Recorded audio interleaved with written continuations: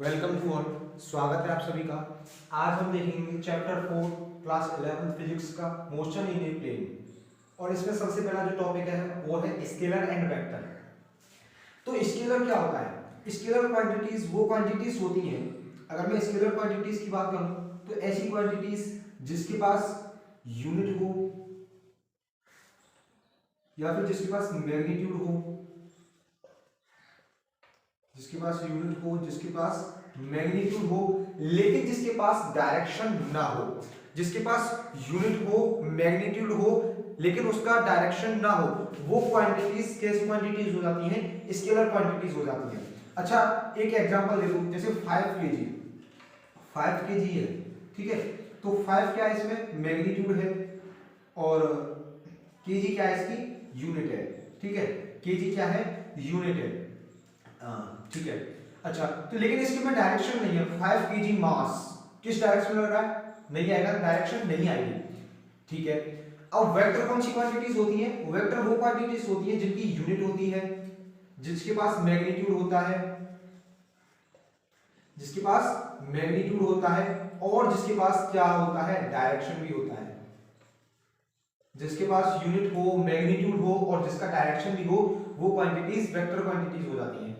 अब जैसे मैं कहूं 5 न्यूटन फोर्स, तो 5 न्यूटन फोर्स मेरी किस डायरेक्शन में लग रही है? मैंने मान लो मेरे पास कोई ऑब्जेक्ट है ये, और मैंने बोला कि इसमें 5 न्यूटन की फोर्स लग रही है और वो किस डायरेक्शन में लग रही है? इस डायरेक्शन में लग रही है, ठीक है। ये है 5 न्यूटन की फोर्स। तो इसमें क्या है? मैग्नीट्यूड भी है, इसका यूनिट भी है और ये डायरेक्शन भी इसकी निकल के आ रही है। तो यहां से ये समझेंगे स्केलर और वेक्टर में क्या डिफरेंस है। बस स्केलर के पास डायरेक्शन नहीं होती और जबकि वेक्टर के पास डायरेक्शन होती है, ठीक है। अच्छा, तो अब इसमें जो देखेंगे, अब देखना, लेकिन जरूरी नहीं है कि हमेशा जिसके पास डायरेक्शन हो वो वेक्टर ही हो। ऐसा जरूरी नहीं है कि जिसके पास डायरेक्शन हो वो क्या हो? हमेशा वेक्टर भी हो। वो क्या हो सकता है? स्केलर भी हो सकता है। अच्छा, वेक्टर को रिप्रेजेंट कैसे करेंगे? देखो, वेक्टर को रिप्रेजेंट ऐसे करते हैं, ठीक है। वेक्टर को रिप्रेजेंट ऐसे करते हैं। ये क्या होता है? इसका हेड होता है, हेड, और ये पीछे वाला क्या होता है? इसका टेल होता है, टेल।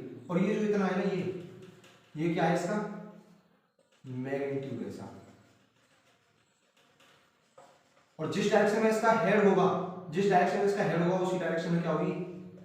उसी तरफ क्या होगी? हमारी डायरेक्शन होगी वेक्टर की। ये हमारा वेक्टर को रिप्रेजेंट करना हो गया। अब उसके बारे में डालेंगे टाइप्स ऑफ वेक्टर। अब क्या डालेंगे? Types of vector. वेक्टर के टाइप्स डालेंगे भाई, टाइप्स ऑफ वेक्टर। तो इसमें सबसे पहला डालेंगे इक्वल वेक्टर। क्या होता है? सबसे पहले जो है वो है हमारा इक्वल वेक्टर। अच्छा, इक्वल वेक्टर कौन से होते हैं? इक्वल वेक्टर वो वेक्टर होते हैं जिनकी सेम डायरेक्शन हो, जिनकी क्या हो? सेम डायरेक्शन हो, और जिनका क्या हो? सेम ही मैग्नीट्यूड हो। सेम डायरेक्शन हो और सेम मैग्नीट्यूड हो, ऐसे वेक्टर कौन से वेक्टर हो जाएंगे? इक्वल वेक्टर हो जाएंगे। अब देखो, दोनों वेक्टर की डायरेक्शन क्या है? मेरे पास सेम है और इन दोनों का मैग्नीट्यूड भी क्या है? सेम है। तो ये दोनों वेक्टर क्या हो जाएंगे?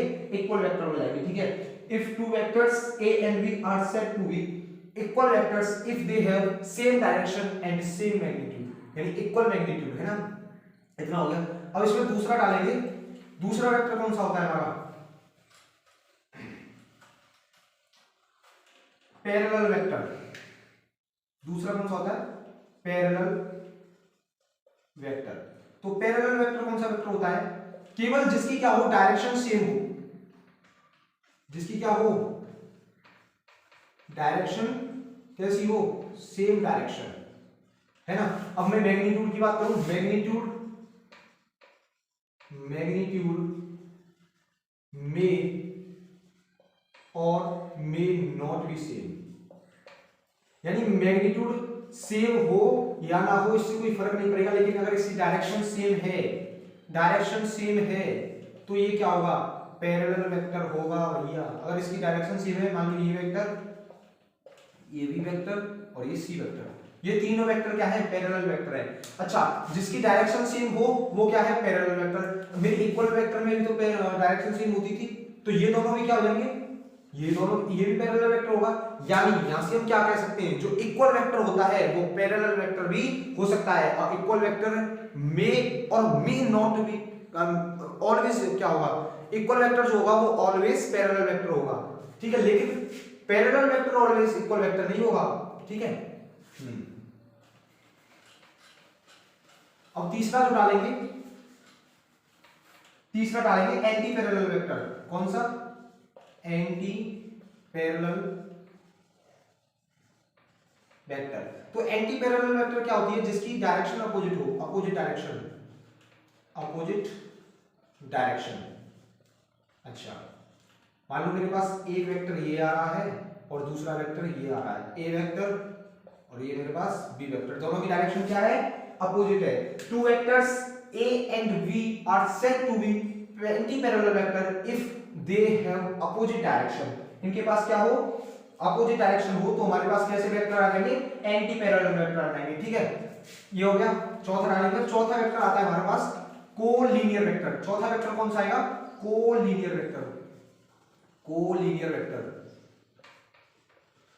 जो वेक्टर एक ही लाइन में हो, जो वेक्टर एक ही लाइन में हो, मान लो ये ए वेक्टर है मेरे पास, ये बी वेक्टर है, ये सी वेक्टर है, और ये मेरे पास डी वेक्टर है। अच्छा, इनकी डायरेक्शन सेम हो सकती है, डायरेक्शन सेम हो या ना हो इससे कोई फर्क नहीं पड़ेगा, लेकिन कोलिनियर वेक्टर वो होते हैं जो एक ही लाइन में हो। क्या ये तीनों वेक्टर कोलिनियर वेक्टर हैं?